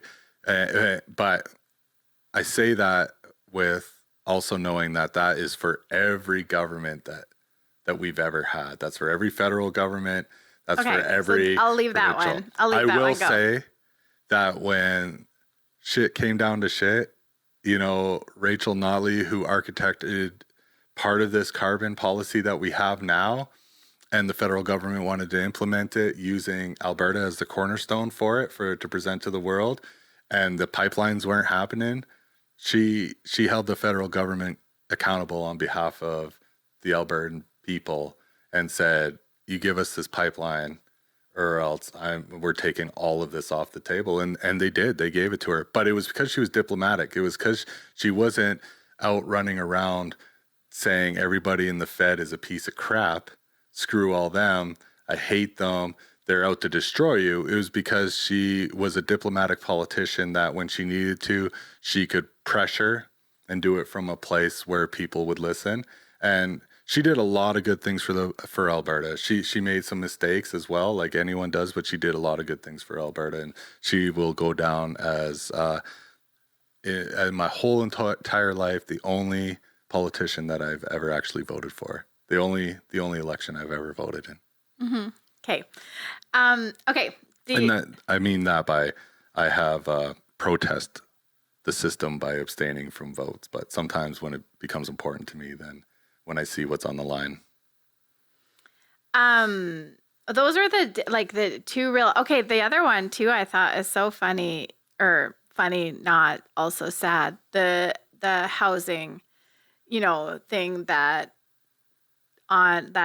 Pierre keeps talking about. And we just saw today how actually was one of the MPs that squashed some affordable housing. So can you speak to that? Do you know what I'm talking about? Yeah, I do. It's like people have to go. Yes, I do. And if people go look for themselves, I mean, what I would say to those questions, because it could be long-winded, you know, answers, but you can look and see. It's actually public record what every MP votes for and votes against. And under the Harper government, Pierre Poilievre had opportunity to vote for housing initiatives that would have helped build more affordable housing. The Conservative government has a history of selling off our crown assets and privatizing them, creating environments where foreign investors can come and buy up land and housing that contribute to the problem. And Pierre Poilievre is part of that, you know, he's part of that system. Now he's yelling because of all the immigrants and this and that. There's been a housing shortage for a long time. We also have a labor shortage in the country where we need immigration. And we do have immigration laws in place, and we do have actually very strict guidelines onto the type of people that we're looking for. So this open border, everyone just flooding in policy isn't actually true. But he'll play on that. But just go back and look at what he's voted for and what he's voted against in the House. And you can get a good idea and contrast that with the things that he's saying now. And you can go right to the archives and see the history. And you can go on the Canada website and see every sitting MP's voting history. You can see every single thing. It's a lot of work. Like you have to sit there for hours and go through bill and read what it was about and see he voted yes, he voted no. Like even women's rights and the abortion rights and all of that, like not even realizing that side was really against that.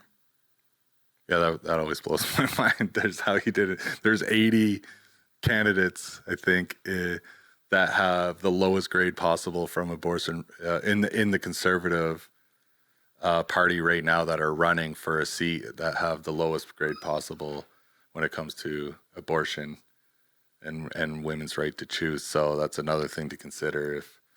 And again, I think one of the biggest things, I'll talk about something that really bugs me that I think is really important, if you don't mind. Yeah. So one of the big things I see people passing around lots is Pierre is going to cut your taxes by 15%. It's a blanket statement. I see it on memes. I even see it from his mouth himself on his own social media pages. If you want a 15% tax cut, then I'm your only option. And it's such a lie, and it's so sad, and people are really, really believing and buying into it. And this is one of the biggest ones of this election that I think people don't even really understand what he's talking about. What he actually has proposed to do is cut 15% from the lowest tax bracket, which is 15%, which means a 2.5% tax deduction in the lowest tax bracket, which does work out to $900 for a single person if you're in that lowest tax bracket of 15%, and it works out to about $1,800 if you're a family with two earners in that tax bracket. If you go on right now, I would encourage everyone to look at anything you can find about this, and you will see that all of his wording and his supporters' wordings say it's a 15% tax cut. It's a vote for a 15%. Keep 15% of your income. If that was true, it would equal, I think the number I saw was $30 billion right out of the federal budget. Where would that money come from? Where would that now that's $30 billion. We don't have $1 trillion budgets like the US. So $30 billion is a lot of money in our budget, which means a lot of things would have to be cut, which is the conservative way, cut and slash. Social programs. Cut and slash, and all the meanwhile convince you that we're doing it in your best interest, right? Where everything that you need to do becomes more expensive because these programs have been cut and slashed, all for what he's proposing. So if it's not 15%, that would be about $30 billion of the budget gone. But it is actually 15% from the lowest tax bracket, which is 15%, which is 2.5% is the total amount. Now, if you go to the liberal side and look, Mark Carney has also pledged, but you can see what he says, I will remove 2% from the lowest tax bracket. So it's not quite the 2.5% that Pierre is promising, but this is the thing that just drives me crazy. Here is two parties. They are both pretty much doing the same thing, plus minus 0.5%, right? One says I am going to remove 2% from the lowest tax bracket, which is 15%, making it 13. The other one says I'm going to save you 15% off your taxes, and all their parrots just go out and flooding that. Pierre's for the working man. He's going to cut 15% from your taxes, even on his, go and look on his own X or Twitter. What the fuck is that thing called now anymore? Facebook, all his website, where we're going to save you 15% in taxes. It's 15% cut from the lowest tax bracket of 15%. So it's 2.5. It's good relief. I'm not arguing. That's great. Anyone, if you can cut that much taxes, and it makes people that are in the lowest tax bracket, makes things gives them a little bit, and it doesn't really damage. It's not too hard on the budget where you got to go slash and burn everything. I think that's great, but why hide it? Why not just call it like it is? So you got one party, the Liberal Party, Mark Carney, proposing something very similar, calls it like it is, and you got the other side hiding that in verbiage and wordage that is designed to deceive. And I think that's where I mean, that's where my anger level starts rising. Like, why not just call it what it is and let people decide based on the rest of the issues? Well, another thing too, like again, we really have there's a lot to say about this topic, but the other thing too, we just watched something. It was around, like what's the word? Double standard of like the Freedom Convoy versus there was another blockade of Indigenous people that Pierre was in an uproar about. Can you speak to that one? Do Yeah. you know what I'm talking about? Yes, I do. So we Is that okay that I brought it up? Yeah, it is. We can do this all day. I don't know how long people want to listen to. We'll start to bring it. These are things that I like to watch because they're from their own mouth. It's from the horse's mouth, right?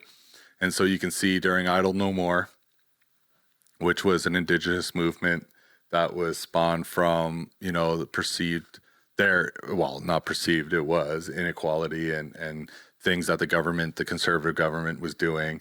They had a blockade set up, and it's actually happening. It happened right here in Alberta in 2018. It blocked a rail line. This was the one that he was talking about was in Ontario. But he pretty much just says, actually his words, and they come right from his mouth. You can find the video. Maybe I'll find it. Yeah, we'll link it. And I'll link it. It's you have the right to protest or swing in protest as long as it doesn't stop trade, punch anybody's nose, and it's despicable that they want to stop trade and hurt the economy. And it just cuts back and forth between him saying those things and then his support of the Freedom Convoy, which was disrupting businesses. It was doing the same thing. So anyone that says, well, it's our right-wing right to disrupt and do all that, it's not right for the left wing to block a train or make a distinction. Maybe, well, who cares? They just shut down a bunch of businesses in downtown Ottawa and in the malls and things like that. And that was like actual train. Well, who are you to say whose income is more important than the others? So that's an argument that I've heard is like, well, those protests shut down like major train, like a train line. That's different than a convoy, shutting down small businesses. And so, you're telling me like a steel manufacturing company that can't ship their goods somewhere is more important than a guy running a diner or running a little clothing store in downtown Ottawa or downtown in any other major city. Or when they had the border blockade at Coots, that's acceptable because why? And what is the real answer? Why is that acceptable? But if Indigenous people want to protest and have a blockade, that's considered despicable, and how dare they? And like in the one in Alberta where a bunch of counter protesters showed up and assaulted them and tore their blockade down, right, standing in front of police. What is the difference between theirs right to protest and the Freedom Convoy and the extreme right's right to protest? And you have to think on that question, and it's a little taboo. People don't want to say it, but I believe I kind of, what I feel is the answer. I can't speak for anybody else, but what I would know from everything that I can see is the answer is one is mostly white men, white women, and one is not. And that's the bottom line.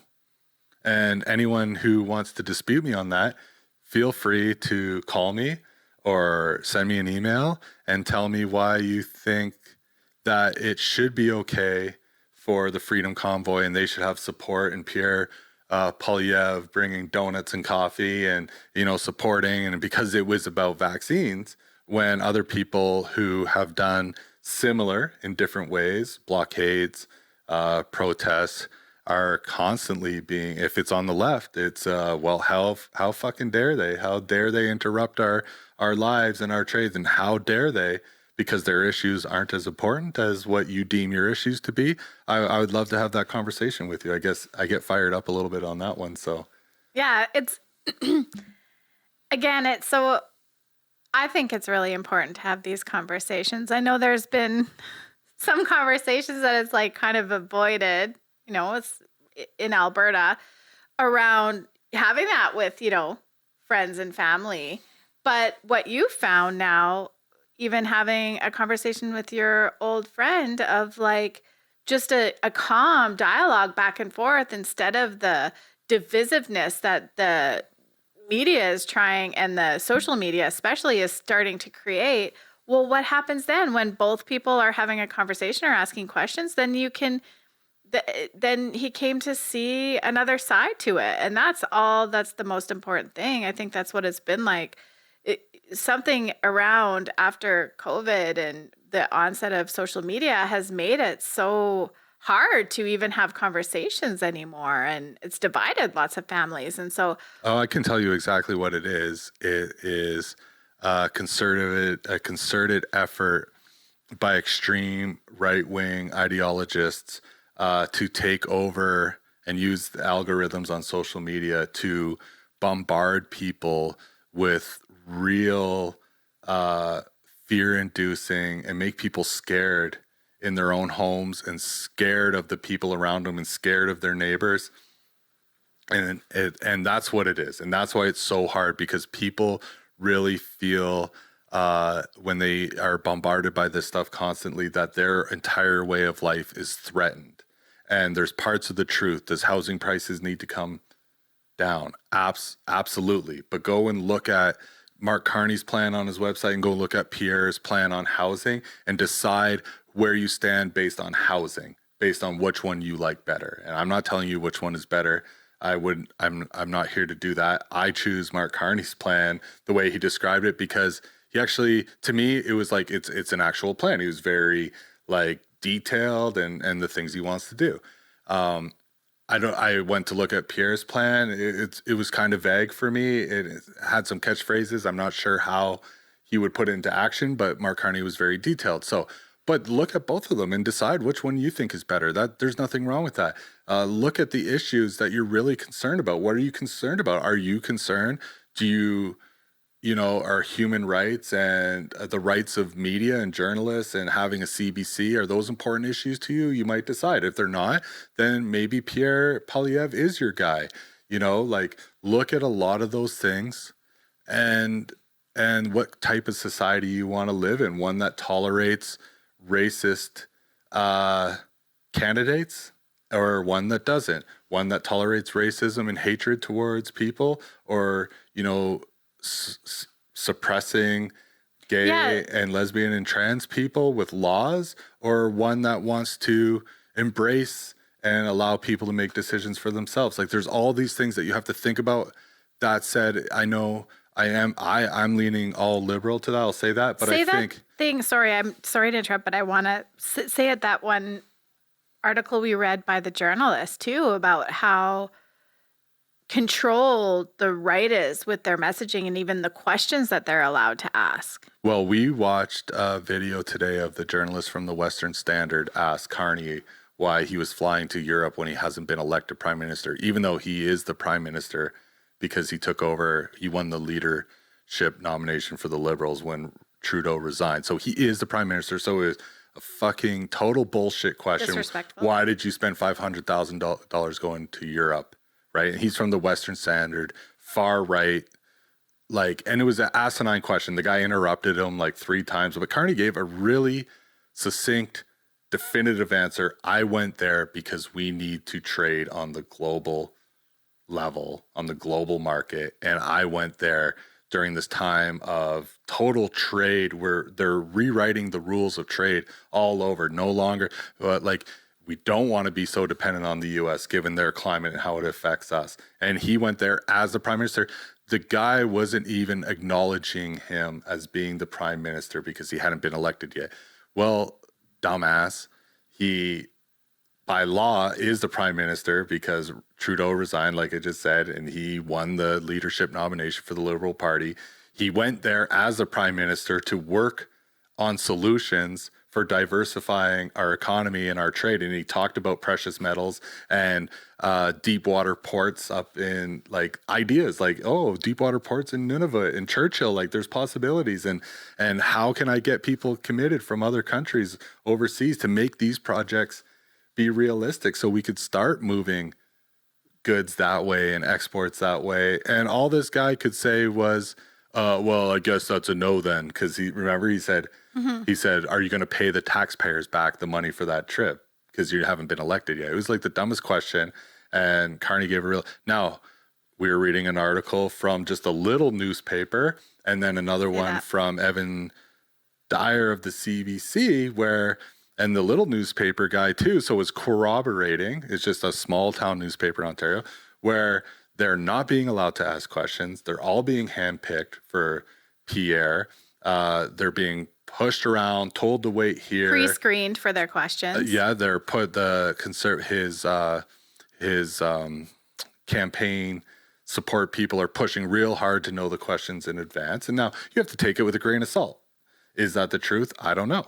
I can't tell, but I do know is that when I watch the questions for myself, and I watch all of these events where they're both speaking, Carney and thing, I see that on one side, there's questions that come from the whole political spectrum.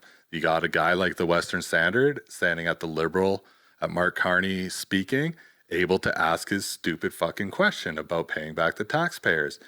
On the other side, all I've seen is softball questions to Pierre Poilievre that fit right in line with his fucking slogan. We're going to axe the tax, slash the gash, fuck Housing. the duck, whatever the fuck he says all the time. And I just see that with my own eyes, and I look at it. And if anyone, where am I watching it? Well, for the conservative content, I go right to the conservative website and I watch it from there, or the conservative YouTube that they post, or the conservative reels that they post from themselves. For the left, I do the same, and then I just see what's there for both of them. And I mean, so you have to make up your mind. But anyone who doesn't believe there isn't, defund the CBC tells you all you want to know is just like Trump's MAGA world in the US is suppress all media, label them as fake, label them as fake news, label them as compromised, anyone that disagrees with you,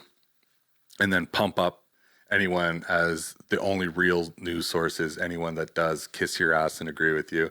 And the best way I can say for anyone to understand politics is to actually take time to learn about history. The best way to understand politics ever is to know history, the history of politics, the history of the world, the history of politics in your country. You'll always be able to see the answers and what you're experiencing right now just by looking through history. And what's going on with the media and the disinformation, even my youngest son is 12 and he's a huge World War II buff, and even he's smart enough to read and know his history on World War II and liken that to exactly what in the 20s in Germany, what was going on with the media and discrediting and immigration and discrediting race and the consolidation of money and the consolidation of power, and compare that to what's going on in North America today. It's not a far stretch to make. People don't want to say it because that means like, what are you trying to say? Well, what I'm trying to say is our political system is being hijacked by a bunch of fucking racists is really what it comes down to. And that's the truth. And wealth. What's the term? Broligarchy? Yeah, the tech broligarchy, and you can get into all of that stuff. But at the end of the day, it really comes down to, and fucking, everyone has to make their own opinion, but my opinion is and has been since I was 13 years old, listening to bands like Good Riddance and Propagandy and all of these other bands that, kind of let you in on the underlying thing is rich white men do not want to give up control, power, and wealth in their country to anybody that doesn't share their heritage and their color. And over the years, they've had to tolerate people of different race and color and gender and beliefs coming up and getting a piece of that pie for themselves. And that's thanks to things like the civil rights movement and other movements that have happened, and people fighting and holding taking to task accountability with governments and other organizations. But they're on a big push right now to send it back to the dark ages, and it will impact a lot of people. And I think like the issues of the 2.5% difference in income tax being read, those are all in the transgender ideology and those issues and the things that are meant for us to sit and yell at each other while the racists pick our pocket and everyone's pocket equally. So when you're on the side of the racist, don't think that they won't have their hand in your bank account either, because they surely will. And I'll ask anybody you've been through who's our age or older and even younger, you've been through how many different governments and which one of them ever put more money back in your pocket before the last one? And I bet you can't think of one. Now you could say, well, in 2007, it seemed like my house was a little bit cheaper under Harper. Well, yeah, everybody's fucking house was cheaper in 2007 across the world, but a lot of things have changed since then. But compared to the previous government, they all say the same thing. Hey, you guys fight over this and just let us do our thing and we'll put more money in your pocket. And which one ever fucking has? None. It's so true. It's so true. And I'm grateful to have learned as much as I've learned in the last little while so that I could pull in my own critical thinking and what aligns with my values and move forward in that way. And that's how we, those conversations in our home. And I'm grateful that the kids have you as a resource of facts and yeah. And so who knows, like, if you stuck with us for both these episodes, and would love any feedback you have. Maybe some of it triggered you and maybe some of it just made you see things in a different way. And that is our hope. So thank you for... Oh, and maybe you want to write in and say that I'm an idiot or an asshole. I accept all. or also grateful to have learned something that they didn't learn before. I'm just saying I can take it, and I never mind having dialogue and talking with people, and I love hearing other people's point of view, and that's different than mine as well. And I've always been, you know me, I've always been willing if someone shares a point of view with me that I go, oh, maybe that's something I never considered. I'll chew on it. He also challenges anyone that could say in the last 20 years of Pierre in office, anything that he did, any bill that he passed or anything of import that he did, he would love for you to bring that to him. Yeah, I would. He's looked. I know. Well, no, nobody knows what he's actually done in 20 years. I do know one thing he does, the Fair Elections Act under Harper, which is, was universally derided as a voter suppression act, but we could do that. And then the robocall scandal under the Conservatives, which they were robocalling liberal voters in the political system. They ID voters based on who do you think this person. They all have these phone lists of like who's ID'd as what. And there was a scandal where the Conservatives in one of the Harper elections used a robocall program to call liberal voters and tell them that give them the wrong address or information of where their local voting poll was, and they got caught doing that. He was kind of part of that as well. So, but Fair Elections Act, Pierre Poilievre, and 400 votes against the environment and climate, and whatever else, lots of votes against women, voted against gay marriage, same-sex marriage.